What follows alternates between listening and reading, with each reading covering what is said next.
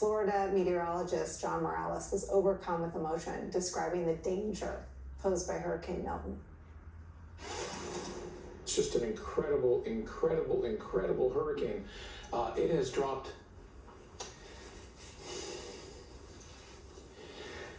50 millibars in 10 hours. I apologize. This is just horrific. Even though it is expected to weaken on approach, it is so incredibly strong right now that you're going to find it very difficult for it to be nothing less than a major hurricane when it makes landfall in Florida. Morales will join us on this program in a couple minutes, but we're going to start with the acting director, specific examples. But I do want to bring into our coverage first WTVJ NBC meteorologist John Morales in South Florida. He's been covering storms there for decades. He's very busy today, but he's made some time to talk to us. What did you see that made you emotional in that clip that I know my colleague Rachel Maddow played last night? I played it today. It's certainly gone viral. It has, and it was totally unexpected. I kind of wish it hadn't happened, but now that it has, this is an excellent opportunity to just get the message out about these the extreme and more severe weather events that we're seeing happen with greater frequency. So along those lines, to answer your question, the bulletin, the urgent bulletin from the National Hurricane Center that indicated that the hurricane had become a Category 5 hurricane was sent moments before I was punched up in boxes, as you know what the term means. So I wasn't even looking at the camera. I was looking at this bulletin. I see the information. I'm doing some math in my head, and I turn to the camera and I start to just voice the word incredible over and over again. And then, in a very geeky way, much like the nerd that I am, I go 50 millibars in 10 hours, and I just broke down. Because 50 millibars in 10 hours, and I know that sounds like the difficult science, but just know that a millibar is a way of measuring barometric pressure. The lower the pressure goes in a hurricane, and the faster it falls, the quicker the wind wants to accelerate and the stronger the hurricane becomes. So when I saw 50 millibars in 10 hours, I just broke down with a mixture of empathy, angst over these increasing extreme weather events, and also frustration, because for over 20 years I've been trying to communicate on what would be coming if we did not check the injection of greenhouse gases into the atmosphere. And well, here we are, and it's not going to get any better. I mean, empathy, angst, and frustration make you my spirit animal. But I wonder, with this moment, what would you, people do still trust, I'll use your word, the geeky, nerdy science people. What would you like people to know about this storm? And what would you like them to do? Well, first and foremost, if they live anywhere near the coast and they're being asked to evacuate, they need to follow the authorities' instructions. I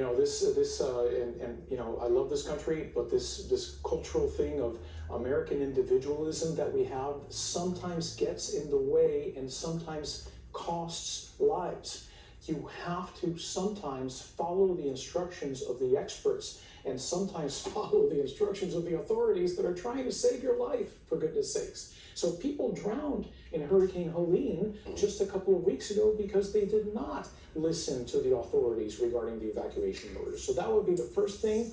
I think people in Florida, generally speaking, are taking this event very seriously, and I've seen a lot of preparation. I know there's a lot of people on the road, which is also dangerous. Lots of people trying to get out of harm's way, but this could be the new record-setting hurricane for Florida in terms of property damage. We just set that record 2 years ago with Hurricane Ian, our costliest disaster in history. I wouldn't be surprised if Hurricane Milton becomes the new multi-billion-dollar costliest disaster in a state that has an insurance crisis and a climate crisis too, amongst other things.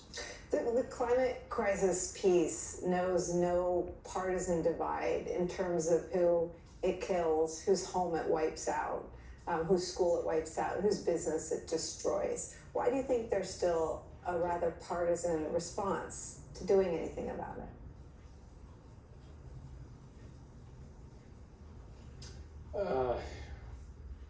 That's hard to say. It's become part of some people's, not many. But listen, this is a small group. The climate dismissives are less than 10% of the population.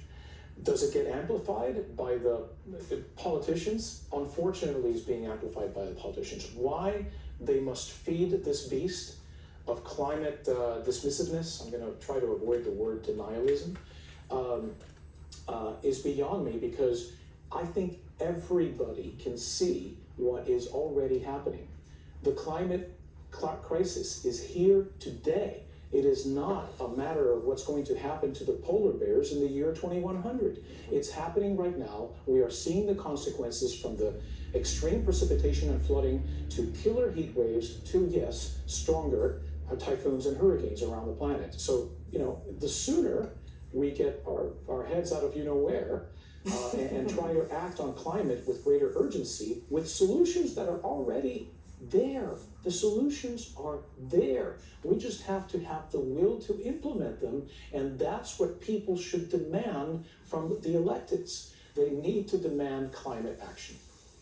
John Morales, I know these are busy days. It's a moment that that really got me where I think we all try to broadcast from, right? That it's people that were in danger that really moved you, and the power of this thing so well. A storm and that collision. And so to get to talk to you is a privilege. Thank you very much for joining us. Thank you. We're going to turn to Vaughn for that report.